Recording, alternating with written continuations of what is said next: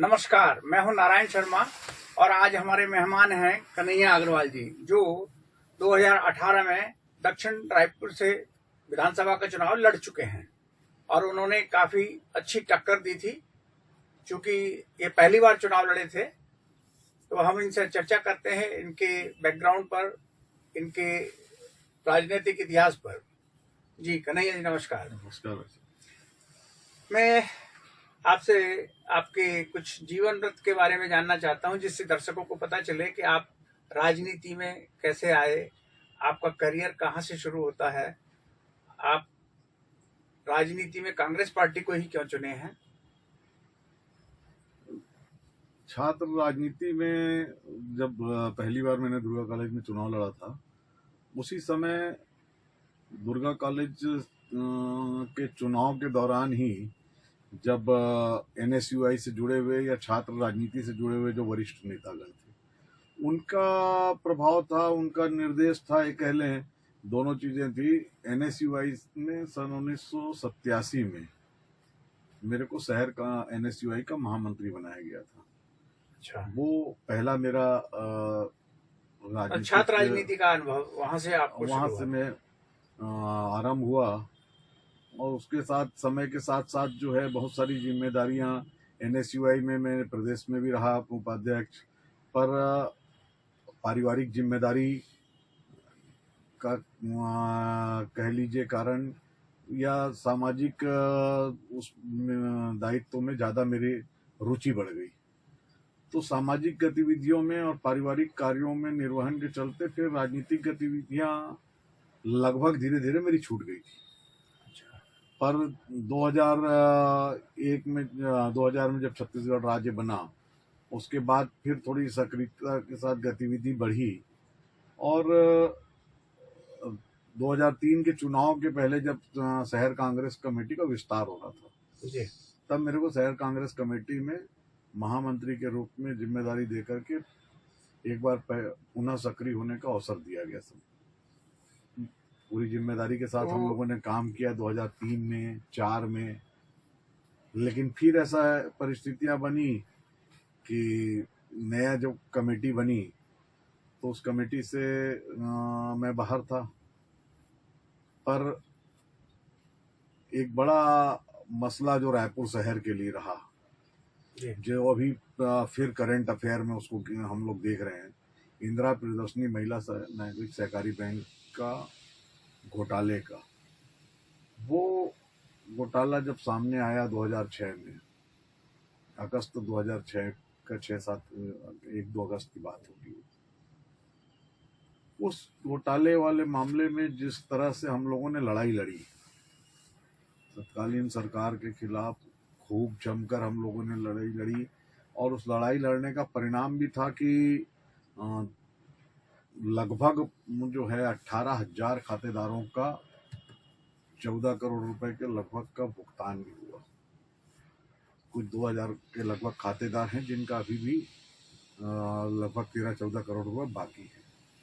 पर उस लड़ाई को लड़ते लड़ते लड़ते लड़ते जो है वो राजनीतिक गतिविधियों में फिर से सक्रियता और ज़्यादा आई।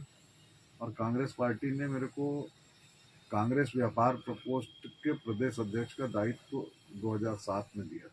अच्छा, 2007 में आप कांग्रेस व्यापार प्रकोष्ठ के अध्यक्ष बन गए। हाँ, प्रदेश अध्यक्ष उसकी जिम्मेदारी। मैं थोड़ा सा इंदिरा प्रियदर्शनी बैंक के बारे में ही आपसे सवाल करना चाहता हूँ कि ये बैंक दरअसल संचालित लगभग कांग्रेसियों के द्वारा ही किया जा रहा है, और ये जो घोटाला हुआ है इसमें बड़े बड़े नाम आए, और पिछले 4.5 साल 4.5 साल में अभी तक कांग्रेस की सरकार ने कोई भी कार्रवाई उनके खिलाफ नहीं की।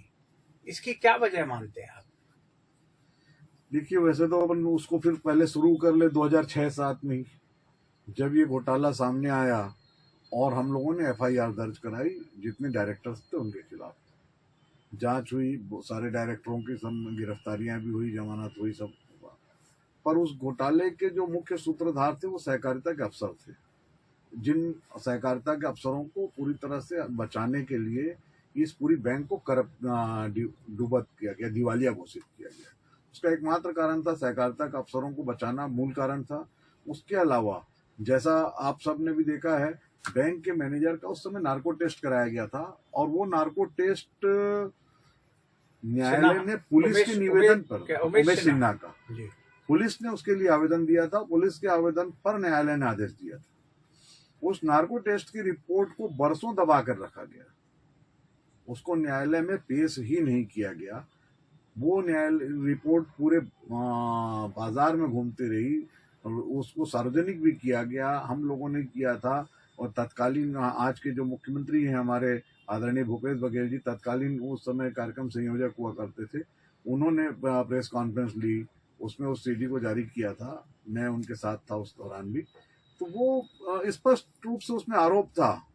मैनेजर खुद बता रहा है कि मैंने जो है बैंक घोटाले को जो है पूरा दफन करने के लिए डॉक्टर रमन सिंह तत्कालीन मुख्यमंत्री को 1 करोड़ रुपए दिए, ब्रजमोहन अग्रवाल तत्कालीन मंत्री को 1 करोड़ रुपए दिए, राजेश मूणत तत्कालीन मंत्री को 1 करोड़ रुपए दिए, रामविचार नेताम को 2 करोड़ रुपए दिए।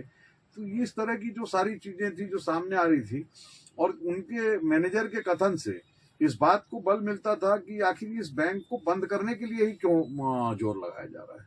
कहीं ना कहीं इससे स्पष्ट हो रहा था कि राजनीतिक जो है संरक्षण उनको उस दौरान मिला, क्योंकि बैंक का जब पहली बार जांच कराई गई थी, रमेश शर्मा जी स्टेट बैंक के मैनेजर हुआ करते थे, उनकी अध्यक्षता में जांच कमेटी बनाई गई थी, और पूरी जांच करने के बाद उन्होंने अपनी जांच रिपोर्ट में कहा था कि मात्र 10 करोड़ रुपए यदि जो है इस बैंक को उपलब्ध करा दिए जाए तो ये बैंक को वापस रन कर सकता है।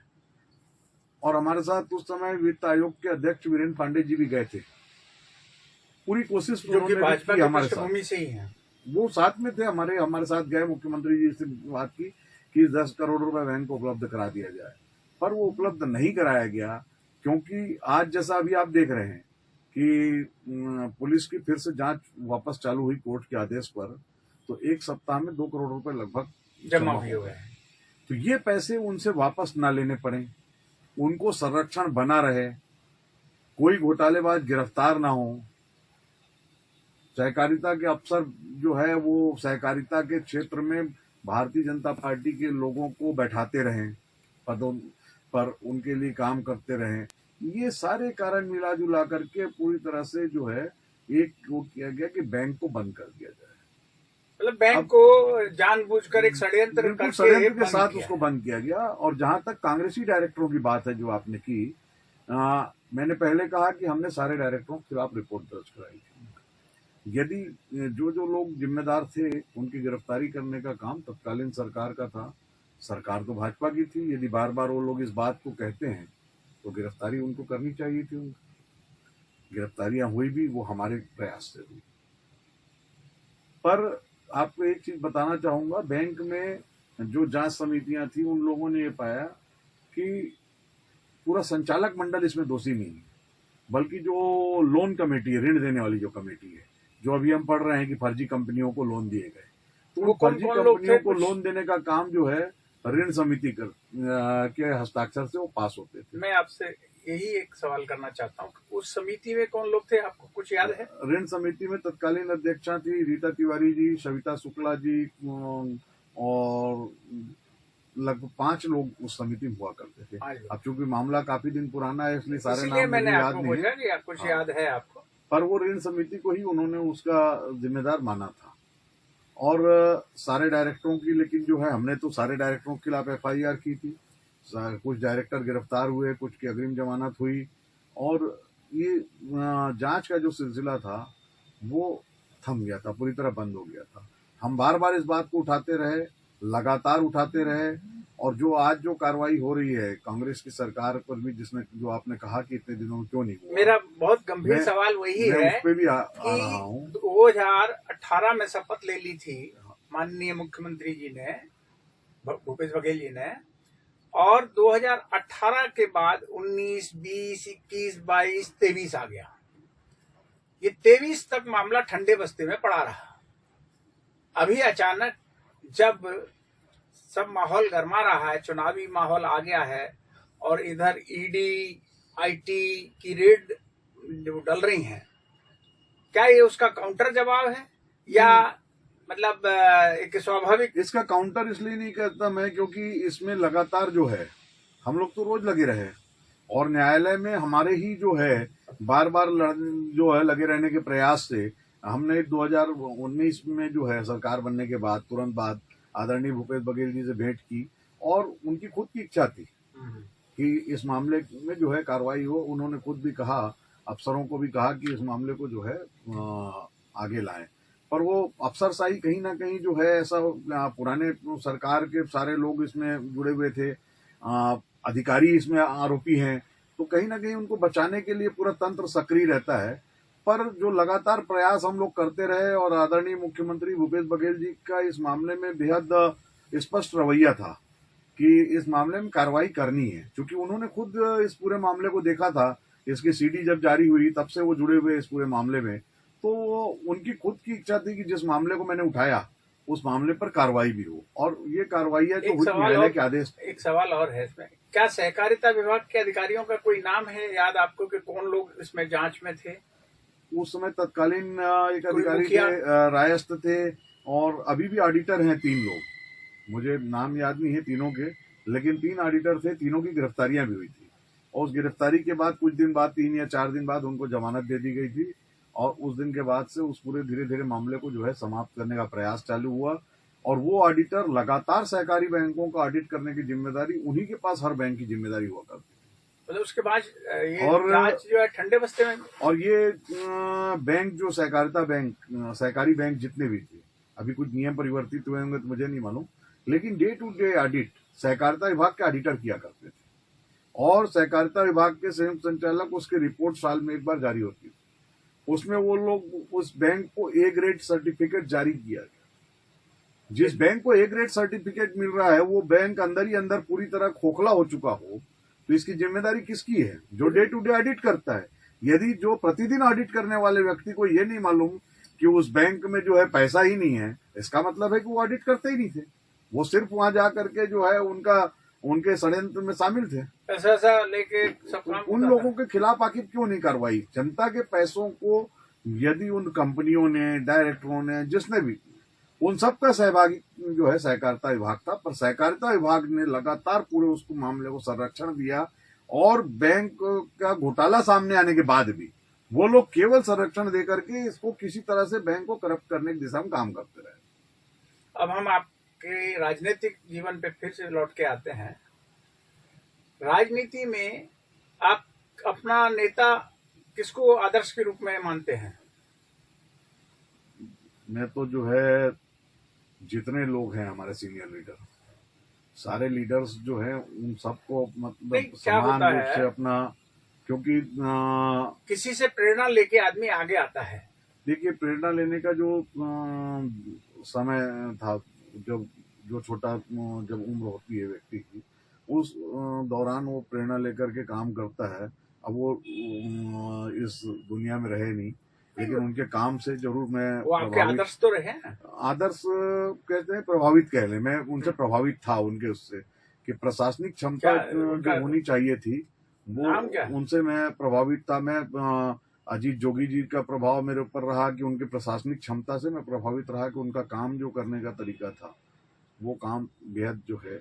आज हमारे बीच में जो है भारतीय जनता पार्टी के नेता भी रहे लखीराम जी, मैं उनके काम से प्रभावित था, लेकिन वो दौर मेरा राजनीतिक दौर नहीं था। उस दौर में हम लोग सामाजिक गतिविधियों में ज्यादा सक्रिय हुआ करते थे। पर वर्तमान में यदि अब हम लोग जो काम कर रहे हैं, इस दौर में हम लोग देखते हैं तो भूपेश बघेल जी का जो काम है, निश्चित रूप से छत्तीसगढ़ को छत्तीसगढ़ बनाने का यदि किसी ने काम किया है तो भूपेश बघेल जी ने किया है। वो पूरे मेरे अकेले के लिए नहीं, पूरे छत्तीसगढ़ के लोगों के लिए एक जो है ना आइडियल इंसान हो सकते हैं, जिन्होंने छत्तीसगढ़ को छत्तीसगढ़ बनाने का काम किया।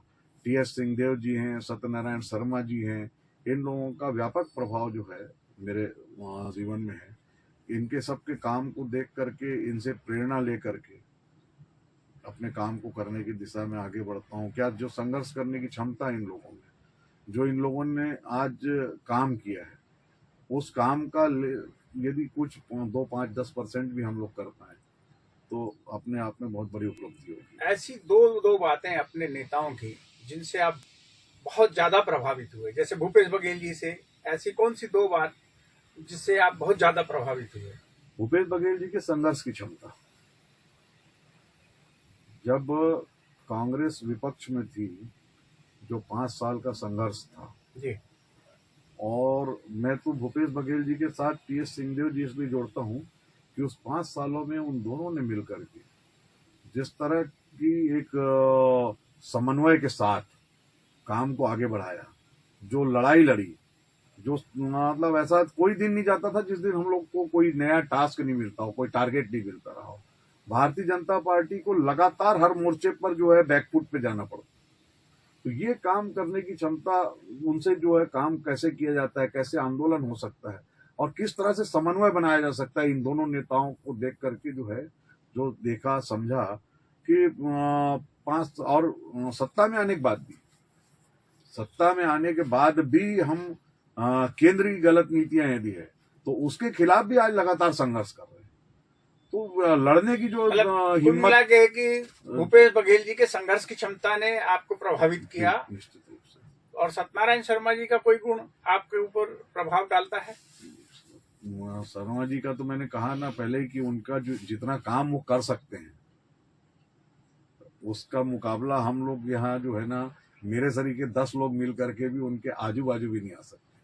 आज भी इस स्थिति में भी उनके मेरे जैसे 10 लोग मिलके उस काम की बराबरी नहीं कर सकते हैं। टीएस सिंहदेव साहब हैं, जो सहजता, जो सरलता, जो अपनत्व देने की भावना, मतलब कोई उनसे यदि आप उनसे बात कर लीजिए, वो आपको जी नारायण जी बोलेंगे। आपका कॉल जाएगा, जी शर्मा जी। कौन देता है इतना सम्मान? अच्छा, मैं एक और सवाल करना चाहता हूँ आपसे, जो बड़ा सवाल है वो ये कि विधानसभा का टिकट आपको डायरेक्ट मिला, यानी इससे पहले आपने कोई चुनाव नहीं लड़ा, छात्र राजनीति को छोड़ के। सामने थे बहुत बड़े नेता भारतीय जनता पार्टी के ब्रजमोहन अग्रवाल। तो आपको ये नहीं लगा कि मेरे जीतने की तो कोई संभावना है या नहीं है, और मतलब मैं कैसे इनके खिलाफ चुनाव लड़ पाऊंगा, पार्टी कितना सपोर्ट करेगी, क्या पार्टी ने आपको उतना सपोर्ट किया? कि ब्रिजमोहन अग्रवाल जी जो हैं बहुत वरिष्ठ हैं, लगभग 18 साल मंत्री भी रहे होंगे, 32-33 साल का उनका राजनीतिक विधायक वाला कैरियर हो चुका है। और ये बात भी है कि जैसा आपने कहा कि सब कद्दावर नेता, इसमें कोई शक नहीं। मैंने जमीन में रह करके जो काम किया, चाहे वो इंदिरा प्रियदर्शनी बैंक की लड़ाई थी या रायपुर शहर की छाती पर लगने वाला टोल प्लाजा था और दूसरे कई आंदोलन थे, जब उन आंदोलनों करने के लिए हम लोग सड़क पर आए और लगातार लगभग 10 साल मैंने आंदोलन में गुजारे। इस 10 साल में जमीनी हकीकत ये थी कि जो बहुत बड़े नेता हैं वो क्षेत्र उतना ही उपेक्षित था। रायपुर दक्षिण विधानसभा कह लें या रायपुर शहर विधानसभा, वहाँ विकास की जो बयार बहनी चाहिए थी, जो जैसा आपने कहा कि प्रदेश के कद्दावर नेता थे, सबसे बड़े नेता, वो सबसे बड़े नेता के क्षेत्र में जो है यदि कोई काम नहीं दिखाई पड़ रहा है, कोई काम नहीं दिखाई पड़ रहा है, तो ये उनकी असफलता और क्षेत्र के नागरिकों के प्रति उनकी उपेक्षा स्पष्ट थी। क्षेत्र के नागरिकों ने हमेशा उनको स्नेह दिया, हमेशा मान सम्मान दिया, पर उसके बदले में क्षेत्र के नागरिकों को विकास के नाम पर केवल धोखा मिला है। रायपुर दक्षिण से यदि मैंने चुनाव लड़ने के लिए जो है पार्टी से निवेदन किया, मैंने मांगा टिकट, पार्टी ने मुझ पर भरोसा किया, तो इसीलिए मैंने मांगा कि मैं जमीन पर रह करके जमीन पे हालात देख रहा था कि वो जो मीडिया में जितने बड़े नेता हैं, जितना उनको उनके बारे में लोगों में चर्चा है, जमीन पर वो हकीकत नहीं थी। और यदि वो हकीकत होती तो उसके पहले का नतीजा जो है लगभग 36-37 हजार वोटों से कांग्रेस चुनाव हारी थी। इस बार 50 हजार पार होता, पर वो नतीजे जो हैं मतलब वो लगभग 26-26 हजार से नीचे कभी उनकी जीत नहीं होती थी। 17 हजार में आकर सिमट गए। जबकि लोगों ने मेरे बारे में कहा जब मुझे टिकट मिली कि मेमने को शेर के आगे परोस दिया है, बकरी को शेर के आगे परोस दिया है, इस बार तो नहीं। कांग्रेस की जमानत जब्त होगी, तरह तरह की मेरे बारे में बातें की गई। पर नहीं नतीजों ने मतलब बताया। उसके सामने तो आप एक नौसिखिया की तरह ही थे कि पहला चुनाव, विधानसभा का चुनाव, पार्षद का भी देखिए, इन चुनाव सब आपने मामलों नहीं लड़ा में बिल्कुल है कि ना तो मेरा राजनीतिक कोई बैकग्राउंड रहा। और रिजल्ट आपका मेरे मतलब पिछले बड़े बड़े दिग्गज नेताओं से ज्यादा बेहतर था। मेरे परिवार में किसी का कोई राजनीतिक बैकग्राउंड नहीं है, कोई मेरे परिवार में राजनीतिक क्षेत्र में सक्रिय नहीं है, ना मेरा जो है कोई चुनाव का पुराना अनुभव था, और ना मैं पूंजीपति, बाहुबली या अवैध किसी प्रकार का काम धंधा करने वाला आदमी था कि मेरे को चुनाव लड़के उसको संरक्षण देना। जनता के बीच में जुड़कर जनहित के मुद्दों पर जो लड़ाई हम लोगों ने लड़ी, और उन मुद्दों पर जो वो लोग चाहते थे कि उनके विधायक उनके साथ खड़े हों, वो उनके साथ खड़े नहीं हुए। मैं 10 साल से उनके साथ खड़ा था, इसीलिए वो नतीजे आए जो नतीजे मतलब जिसको लोगों को अपेक्षाकृत नतीजे नहीं लग रहे थे। और मुझे तो इस बात की पूरी उम्मीद थी कि ये चुनाव हम जीतेंगे। मैं जीतने के लिए ही केवल चुनाव लड़ रहा था। कोई मेरे पास, मैंने पहले कहा अभी आपसे कि मैं ऐसा व्यक्ति नहीं था कि मेरे घर से कुछ जो है मैं पैसा मेरे पास ऐसा था कि भाई मेरे हाँ को मतलब खर्चा करना उस है मुकाबले और में मुझे अपने आप को ब्रांड बनाना है। मैं तो एक आंदोलनकारी ब्रांड के रूप में जाना जाता था और आज भी जाना जाता हूँ। आज भी जनहित के मुद्दों को लेकर के मैं लड़ाई लड़ रहा हूँ। उस लड़ाई में मैं कभी पीछे नहीं हटता हूँ। इंदिरा बैंक के मामले को लेकर के भी हम लोग अभी भी बात कर रहे हैं। तो कोई भी मामला हो जो आपकी जनता से जुड़ा, पृष्ठभूमि उसमें में नहीं है। पत्रकारिता भी रही है। आप पत्रकार कैसे बने और किस अखबार में आपने काम किया? पत्रकारिता का चूंकि मेरे को लिखने का बड़ा शौक था। जो आरक्षण विरोधी आंदोलन जो 89 के दौर में चल रहा था, हम लोग विज्ञप्तियां छोड़ने जाते थे। जो विज्ञप्तियां जो लेकर के जाते थे, एज इट इज जब छप जाती थी बहुत सी जगह, तो कुछ लोगों ने कहा कि तुम अच्छा लिखते हो, प्रयास करो। और उस अच्छा लिखते हो, प्रयास करो में जो है सुरेश शुक्ला जी के साथ संबंध थे। वो संदेश बंधु अखबार में उस समय एडिटर हुआ करते थे। उनके साथ लगभग 6 महीने वहाँ संदेश बंधु में काम करने का अवसर मिला। फिर महाकौशल में आदरणीय कौशल किशोर मिश्रा जी के सानिध्य में लगभग 6 साल मैंने काम किया और खुल के काम करने का अवसर मिला। अब मैं आपसे अंतिम सवाल पे आता हूँ। 2023 का चुनाव, आपको इसमें टिकट मिलने की संभावना लगती है कि आप रायपुर दक्षिण से चुनाव लड़ेंगे, टिकट मिलेगी? 100%। क्योंकि मैंने जो और भी लोग इस दौड़ में शामिल हैं, जैसे प्रमोद दुबे जो भूतपूर्व मेयर हैं। प्रमोद भैया को तो पिछले बार भी चुनाव लड़ने का जो है आलाकमान ने कहा था, वो खुद पीछे हट गए थे प्रमोद भैया ने, लेकिन चुनाव लड़ने से उस समय इनकार कर दिया था।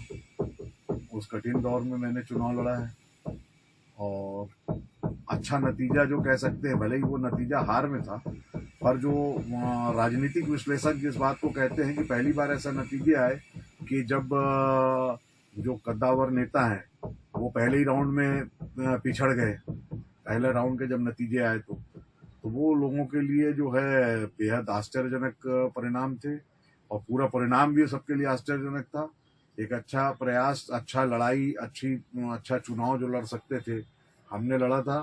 और उसके बाद 5 साल क्षेत्र को कभी छोड़ा नहीं। अभी तक ये लगभग ये होता रहा कि कांग्रेस में प्रत्याशी जो चुनाव लड़े, उन लोगों ने उस क्षेत्र को छोड़ दिया, और क्षेत्र को छोड़ दिया इसलिए प्रत्याशी रिपीट नहीं हुए। और प्रत्याशी रिपीट नहीं हुए, वही एक बड़ा कारण बनता रहा कि जो है उनको जीत का रास्ता, हाँ, प्रत्याशी लौटे ही नहीं वो, जो भी लड़े वो लोग। और एक महत्वपूर्ण 5 साल में मैंने कभी एक दिन के लिए भी इस क्षेत्र को नहीं छोड़ा। आज भी जो है अभी मैं समझ लीजिए कि जो एक सेमीफाइनल बोल लीजिए या रिवीजन बोल सकते हैं, मैं हर वार्ड के हर बूथ, बल्कि हर अनुभाग स्तर पर जाकर, हाँ, कांग्रेस के कार्यकर्ताओं नेताओं के नेम प्लेट लगाने के लिए भी जा रहा हूँ। तो पूरे क्षेत्र में गली मोहल्लों में एकदम अंतिम स्तर तक जाकर के मेरा वहाँ जनसंपर्क भी हो रहा है। शासन की योजनाओं के संबंध में भी उनसे चर्चा हो जा रही है। एक एक कार्यकर्ताओं से व्यक्तिगत मुलाकात उसके घर जाकर के कर रहा हूँ। ये काम आज तक किसी ने नहीं किया था, और जो काम मैंने किया है, इसीलिए मैं कह रहा हूँ कि पार्टी मुझे अवसर देगी। और ये चुनाव हम जीतेंगे भी। एक महत्वपूर्ण सवाल और है, जो आपके प्रतिद्वंदी नेता है बृजमोहन अग्रवाल, उनके भ्रष्टाचार के मुद्दों को कभी उठाते हुए मैंने देखा नहीं आपको। जैसे एक जलकी का प्रकरण है, किरणमयी नायक ने उठाया था वो प्रकरण। उस समय भी किरण दीदी के साथ जो है एसीबी दफ्तर जाने वालों में मैं ही था, और लगातार इस मामले को हम लोगों ने उठाया है। जलकी मामले में मेरा अभी भी महासमुंद कलेक्टर के यहाँ पत्र लगा हुआ है कार्रवाई के संबंध में। और बृजमोहन जी के घोटालों के साथ साथ उनके द्वारा जो क्षेत्र के लोगों की उपेक्षा हुई है, इन सारे मामलों को लेकर के यदि पिछले 15 सालों में किसी एकमात्र व्यक्ति ने लड़ाई लड़ी है तो वो अकेला मैं ही रहा। क्योंकि क्षेत्र के लोगों के साथ खड़े होकर के एक क्या बड़ा जो आवरण होने की वजह से लोग उनके खिलाफ बोलने से पीछे हटते रहे। कुछ दिन पहले दो साल पहले लगभग एक उन्होंने वैसे ही बयान दिया था कि यदि कांग्रेस के लोगों को या आम जनता को महंगाई लगती है तो खाना खाना छोड़ दें, उपवास कर लें। नहीं, वो तो बयान तो बहुत सारे आते हैं। मैंने तुरंत दूसरे दिन उसका प्रतिकार किया था। मैं खुद उपवास पर बैठा कि यदि इतने बड़े नेता को, जो सबसे कद्दावर संसदीय ज्ञान के जो है सबसे बड़े ज्ञाता कहे जाते हैं, वो यदि इस तरह का बयान दे रहे हैं तो निश्चित रूप से दुर्भाग्यपूर्ण है। कुछ दिनों पहले उन्होंने ऐसे ही एक बयान दे दिया था कि बाकायदा सदन में कहा था उन्होंने कि रायपुर दक्षिण विधानसभा क्षेत्र में लगभग 2200 रोहिंग्या मुसलमानों को बसा दिया गया है। उनके राशन कार्ड भी बन गए हैं, उनके आधार कार्ड भी बन गए। मैंने दूसरे दिन एसपी साहब को एक ज्ञापन दिया और उनसे निवेदन किया कि ये जो 2200 रोहिंग्या यहाँ बसाए गए हैं उनको तत्काल प्रभाव से रायपुर दक्षिण से ही नहीं, देश से बाहर निकाला जाए। उन्होंने कहा इसकी सूची कहाँ मिलेगी। मैंने कहा भाई माननीय बृजमोहन अग्रवाल जी ने इस बात को कहा है, आप माननीय बृजमोहन अग्रवाल जी से इस बात को, क्योंकि उनको बता रहे हैं कि आधार कार्ड भी बन गए, राशन कार्ड भी बन गए, तो निश्चित रूप से इसकी जानकारी उनके पास होगी। और सदन में यदि किसी बात को उन्होंने कहा है तो उस पर कार्रवाई होनी चाहिए। आपको भी कार्रवाई सीधे सदन में कहा है उस आधार पे भी करनी चाहिए, और मैं निवेदन कर रहा हूँ उस आधार पे। दोहरा निवेदन हो गया, इस पर तो तुरंत कार्रवाई होनी चाहिए। लेकिन एक तरफ से देखा जाता है कि बृजमोहन अग्रवाल के ऊपर माननीय मुख्यमंत्री जी भूपेश बघेल जी मेहरबान रहते हैं, क्योंकि वो बंगला उन्होंने मतलब मंत्री रहते हुए अलॉट कराया था, वो आज भी उनके पास है। उन्होंने निवेदन किया था रुद्र कुमार जी को है वो बंगला अलॉट हुआ था, ये जब कांग्रेस सरकार आई थी। गुरु रुद्र कुमार सतनामी समाज के बहुत बड़े पौधेदार हैं, गुरु हैं, उनके लिए भी वो बंगला खाली नहीं कराया गया। तो ये कैसी राजनीति है? मतलब इधर बृजमोहन अग्रवाल भी कांग्रेस को गाली देते रहते हैं और कांग्रेस के लोग भी बृजमोहन अग्रवाल के ऊपर आरोप लगाते रहते हैं, लेकिन ये जो साठगांठ है कुछ समझ नहीं आती। ये साठगांठ नहीं, ये सदहृदयता कह सकते हैं इसको। हम बदला वाली राजनीति पे भरोसा नहीं करते।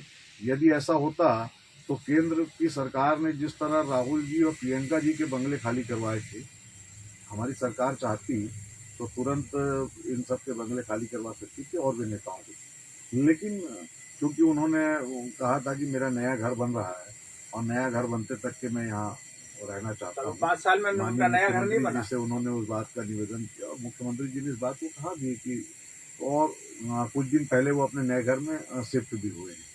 तो ये उनको चाहिए था कि बंगला छोड़ दिया क्या?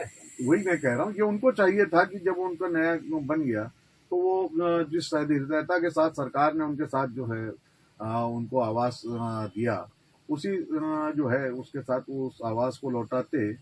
पर सरकार हमारी ऐसा कोई काम नहीं करेगी जिससे ये कहा जाए कि किसी तरह का बदले की राजनीति हो रही है, कहाँ भाजपा के लोगों को जो है बंगले खाली करवा रहे हैं, निकाल रहे हैं। ये काम किसी भी हालत में कांग्रेस की सरकार में नहीं होगी। भूपेश बघेल जी ऐसे कार्यों को पिछले 5 सालों में एक बार भी आपके पास ऐसे उदाहरण नहीं होंगे कि ऐसा कोई कार्य नहीं किया। चलिए, बहुत अच्छा लगा आपसे चर्चा करते हुए। हमारी शुभकामनाएं कि आपको रायपुर दक्षिण से टिकट मिले। नमस्कार।